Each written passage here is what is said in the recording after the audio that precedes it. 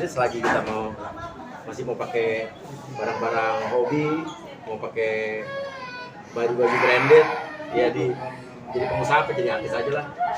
Nanti disangkanya korupsi kalau kita pakai begituan. Iya, lebih aman lah, lebih tenang. Tapi dari Papi sendiri pengen nggak sih emang ikut terjun gitu dari dulu? Gue sendiri kan kuliah jurusan politik ya. Artinya kan tadinya pengen arahnya ke sana gitu ya. Ya kita nggak tahu ya jodohnya larinya ke entertainment sama pengusaha ya ikutin, dan ternyata nikmat gitu lah. Dan kita bebas. Kalau kita gini, kita jadi politikus kan kadang-kadang kalau kita mau liburan, mau keluar negeri kan nggak bisa seenaknya. Nanti diomongin, pasti ada cuti, mesti segala macam. Kalau sekarang kan jadi kayak saya, kita mau berangkat kapan aja, liburan mana aja nggak mesti tanggung jawab sama siapa. Dan apa ya barang-barang kita pakai itu hasil kerja kita sendiri. Dan nanti dituduh macam-macam, dituduh ini, dituduh itu, dan kan orang bilang politik itu kejam ya. Tapi sebetulnya menurut gue bukan hanya politik itu kejam, dunia apapun, dunia persaingan di entertainment, di bisnis pun kejam-kejam untuk orang-orang yang berpikiran negatif ya. Tapi kalau dari dulu kan saya orangnya lurus-lurus aja, dari dulu nggak suka ribut sebetulnya. Ini kayak sekarang aja ribut-ribut tuh nggak nyaman sebetulnya. Jadi itu yang sebetulnya saya hindari sebetulnya. Awalnya begitu. Tapi kalau Bunda tiba-tiba kepikiran, nah Astrid, nextnya lah 3 tahun 5 tahun kemudian. Enggak, Astrid bilang pokoknya sampai kapanpun lo nggak usah masuk politik nggak gitu. Cuman kalau gue ada di belakang layar dunia politik mah udah dari dulu ada, tapi kan lo nggak pernah tahu gue ngajarin kerjaan apa gitu. Gue kan ahli strategi. Ya di balik kemenangan seseorang atau sesuatu itu kan, ya gue ada di belakang itu, tapi kan gue orangnya bukan yang mau dilihat gitu. Tapi ada lah gitu. Kemampuan gue dipakai untuk melakukan strategi pemenangan segala macam ada. Cuman gue invisible hand aja. Ribut-ribut itu gue sih ngerasain, gue nggak mau nanggepin ini cara ribut-ribut beneran gitu ya. Gue mikirnya ini apa ya? Karena kalau gue masukin hati, gue pikirin, takutnya jadi penyakit hati. Jadi gue ngadepin ini ketawa-ketawa aja, lucu aja. Jadi gue juga nganggep Abang Rasman ngomong ke gue segala macam, gue nggak kesel beneran, nggak. Gue cuma ketawa. Abis itu kan kalau ada ibaratnya jadi kayak reaksi dari gue kan, reaksi gue nggak marah-marah. Reaksi gue kan dengan lagu, bikin lagu. Besok gue mau bikin lagu nih. Tapi bukan buat abang itu aja, bukan. Gue bicara untuk semua orang yang memiliki sifat yang gue akan sebutkan dalam lagu. Ya, tapi jangan kalau misalnya ada yang baper, ya berarti dia ngerasa. Kalau gue kan gini, intinya nih gini. Gue mengajarkan, kayak kemarin gue juga ke MZ gitu kan, gue nggak balas dengan maki-makian, dengan marah-marah, dengan ngomel-ngomel. Itu kita jadi cepat tua, belum lagi darah tinggi.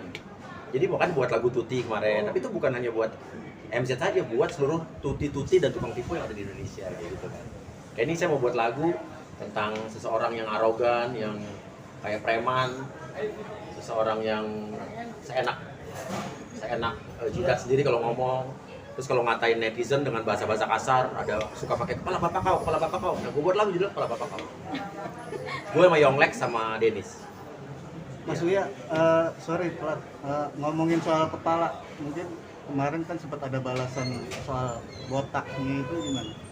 Nggak apa-apa kan, ibaratnya kayak gue nyanyi kepala bapak kau, botak tak kepala bapak kau gitu kan. Nah itu kan gue cuman terinspirasi dari seseorang yang suka ngatain netizen pakai kata-kata itu, tapi gue bukan buat dia. Yang palanya botak kan banyak. Terus kepala bapak kau bulat, kepala kita semua bulat. Intinya udahlah. Kalau misalnya kalau seorang nanggepin sebuah karya dengan kebencian, dengan kesel, itu rugi sendiri. Ngapain? Balaslah juga dengan karya, bikin lagu, bikin stand up komedi kan. Tapi abang sebelah kan juga balas gue dengan stand up komedi, lucu menurut gue, dan gue suka ketawa kok. Jangan disangka gue juga kesel. Aku kesel. Awas lo ya, awas. Enggak. Gue cuma ketawa. Habis itu kita buat apa lagi yuk? Buat lagu gitu. Jadi kita fun-fun aja, happy-happy. Tapi yang bersangkutan jadi berbalas pantun gimana nih Pak Piwi ya? Berbalas pantun nggak apa-apa, cuman marilah kita lihat siapa yang lebih kreatif, siapa yang lebih tenang, siapa lebih sikapinya dengan damai, dengan santai, yang lebih beretika, lebih berpendidikan. lebih lucu gitu aja. Udah gitu aja. Tapi yang bersangkutan malah kesinggung gimana nih? Iya, jangan tersinggung lah. Kondisi yang Ngapain gua aja dibilang dikatakan ini dikatakan itu gua nggak tersinggung. Gua dibilang bukan artis nggak pernah tersinggung. Iya kan? Gua dibilang rambut gua warna-warni apa segala macem, nggak kenal gue ya nggak apa-apa gua nggak tersinggung. Tapi kan saat gua juga persembahkan sebuah karya juga jangan tersinggung. Di dalam dunia hip hop di luar negeri ada yang namanya diss track, lagu ngediss. Itu lagu diss di luar itu dipakai buat ngediss artis lain, ngediss presiden, ngediss apa, nggak ada yang pernah tersinggung. Karena mereka orang-orang yang berwawasan luas, orang-orang yang berpikiran modern. Kalau sampai ada lagu diss atau diss track ini tersinggung, ya berarti kelihatan wawasannya sempit gitu atau nggak modern gitu aja. Sebenarnya kalau boleh tahu itu lagu itu dapat ide dari mana sih? Lagu yang besok kepala bapak kau, Iya. yang mau gua rekam nih. Iya. Dari seseorang yang suka ngatain netizennya, kalau netizen ngata-ngatain dia dibalas dengan kepala bapak kau, kepala bapak kau, kepala bapak kau dasar. Ada lagi suka ngomong jorok yang depannya P, U, I, A, gitu kan. Nah itu justru gua mengajarkan bahwa gimana kalau kepala bapak kau itu dibuat lagu tapi dengan versi halus yang tidak menyinggung orang. Bisa dibilang semacam kayak roasting lah di stand up. Ya roasting dalam dunia stand up comedy. Kalau di dalam lagu tuh diss track, diss song kayak gitu aja. Jadi jangan tersinggung lah. Tidak ditujukan oleh seseorang pada khususnya. Ini umum untuk siapa saja yang memiliki sifat-sifat yang nanti gua jabarkan dalam lirik-lirik lagu gue. Ini udah ada bocorannya nih, ya gua kasih bocoran di lirik lagu. Oke, coba coba. Nih gua buat lagunya dalam 2 hari nih. Cepet Papi. Nih sekarang lagi dipelajari sama Yonglex, dia suruh ngapalin. Itu Paping sendiri Bikin gue sendiri. Hidup ini memang keras, man. Tahu kan? Man itu kan yo man. Kerja keras untuk beli beras, man. Gitu. Tapi kita jangan sampai culas, man. Dan juga jangan suka uang orang lo peras, man. Man, tau yo man, tahu kan gitu kan? Gitu-gitu loh. Terus habis itu lo banyak gaya, memang lo banyak gaya, cuman bisa konferensi pers, mending ke laut aja gitu. Itu umum. Untuk orang-orang umum aja gitu kan. Terus habis itu ada lagi, daripada lo nggak punya karya tapi sok pengen jadi Hotman Paris. Nah itu ada liriknya nanti gitu. Jadi itu bukan buat seseorang. Kan semua orang pasti pengen kayak Hotman Paris kan. Pengen punya lambo kayak Hotman Paris. Cuman kan ada orang yang pengen kayak Hotman Paris kerja keras, tapi ada orang yang nyinyir gitu. Nah gue buat begitu. Nanti referennya kepala bapak kau gitu aja. Udah bilang ke Bang Hotman nggak? Udah dong, Apa gua diizin sama- responnya? Bang Hotman apa? Boleh nggak pakai namanya? Boleh. Kan gue nggak menjelekkan Bang Hotman juga.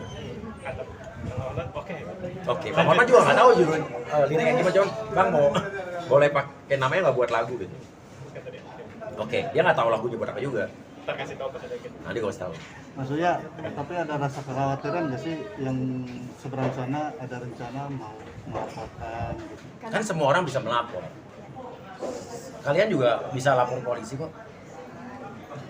Saya nggak mau ngelapor karena saya sih orangnya ngapain lapor-laporin orang ke saya ya. Kecuali udah kayak kemarin saya ditipu ya laporin orang. Kalau cuma perkara saya dibilang ini dibilang itu, laporin orang nggak elegan, sayanya ngapain. Saya juga mau dilaporin apa sih? Apa salah saya di mana coba saya tanya. Tapi kalau saya punya salah sama orang, ya gue pasti akan minta maaf. Tapi kasih tahu salah gue di mana gitu. Gue orangnya nggak malu buat minta maaf. Malah si Dennis kemarin gue bilang, Nis lo kalau emang salah minta maaf aja. Gak ada salahnya kok. Dan gue pun kalau ada salah sama siapa aja, sama Dennis, sama Abang, sama siapa, kalau ada salah gue pasti minta maaf. Maaf kalau gue punya salah. Tapi gue pun orang berprinsip gini, gue ngajarin anak gue, kalau lo salah sama orang, jangan ragu untuk minta maaf. Tapi lo pun, ya, kalau misalnya orang yang, misalnya gue salah sama lo nih, gue minta maaf sama lo, tapi lo punya salah gue, lo harus berbesar hati minta maaf sama gue. Jadi gitulah, sekarang hidup gak usah dibuat ribet. Tapi sebelumnya memang ada selek apa nama apa? Kenapa? Iya ada selek dulu apa? Gak ada, gue gak pernah ada selek-selek, gak pernah selek-selek. Gue gak pernah, gue menghindari kok konflik-konflik sama orang. Makanya konflik orang tuh gak menyenangkan lagi. Jadi makanya gue kalau ada begini-begini gue sikapinnya dengan lucu-lucuan aja, dengan santai. Makanya dengan lagu, dengan karya, dengan banyolan, supaya kita terpacu buat jadi kreatif. Jadi dapat ide ya Pak? Dapat ide macam-macam. Gitu. Pipi, misalnya Iya. kemarin Pi, yang soal apa namanya Natali kan yang Pin sampai nangis gitu, Pin curhat sama papi gitu, Pin dengan keadaan yang sekarang itu yang terjadi nasib. Enggak sih, kemarin cuma itu doang, cuma ibaratnya dia datang terus gue kan ngelihat artikel-artikel yang beredar soal katanya Putri cerita di Bunda Maya, podcastnya Bunda Maya, katanya belum bisa terima. Gue cuma nanya itu doang.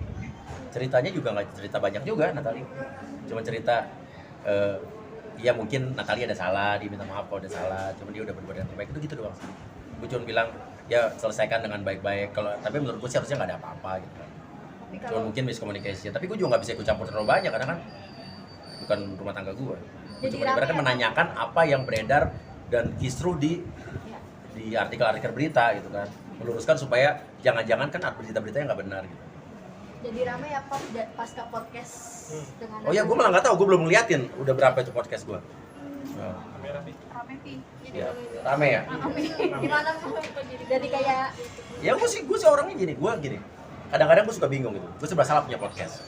Misalnya ada orang datang ke tempat gue bermasalah, terus gue nanya, nanti kita bicara bukan Natali ya, kita bicara yang lain gitu ya. Bicara lain nanti, oh iya kayak misalnya waktu Pak Dodi, gue ngundang Pak Dodi, itu gue dimaki-maki sama lawannya Pak Dodi, fans-fansnya sama fans-fansnya, ya kan? Ngapain undang Pak Dodi? Lah gue bilang, gue kan namanya podcast, gue harus punya media berimbang. Kayak kemarin Marisa Ica gue undang, udah ngomong, habis itu kakaknya mau datang ke tempat gue, ada mantan suami mau datang, itu gue dimaki-maki. Ngapain ngundang orang gak berguna? Gue bilang, ngapain sih ngatain orang yang gak berguna kayak hidup kita udah berguna aja. Kalau gue kan media, ya orang mau datang ke tempat gue silakan, dan gue kan cuma nanya. Dan gue intinya gue gak pernah memihak sama siapapun. Sama juga kayak waktu Dodi akhirnya ke tempat gue, habis itu puput. Jadi kesannya gimana, tapi ya gue kan tidak mengadu domba mereka. Intinya adalah gue mempertanyakan apa yang sudah terjadi, ada ribut-ribut apa di luar, ya gue klarifikasi di sini. Gitu. Kemarin ngundang Natali, awalnya gimana sih prosesnya? Enggak, Natali datang sama Astrid mau bikin konten. Ini bikin konten podcast Natali, dan gue juga nggak janjian. Gue pulang udah ada, terus gue juga nanya mau konten apa, katanya konten podcast sama gue, maksudnya dia di kontennya dia gitu kan. Habis itu dia nanya mau collab nggak? Ya udah apa? Gue juga nggak tahu mau ngomong apa ya, karena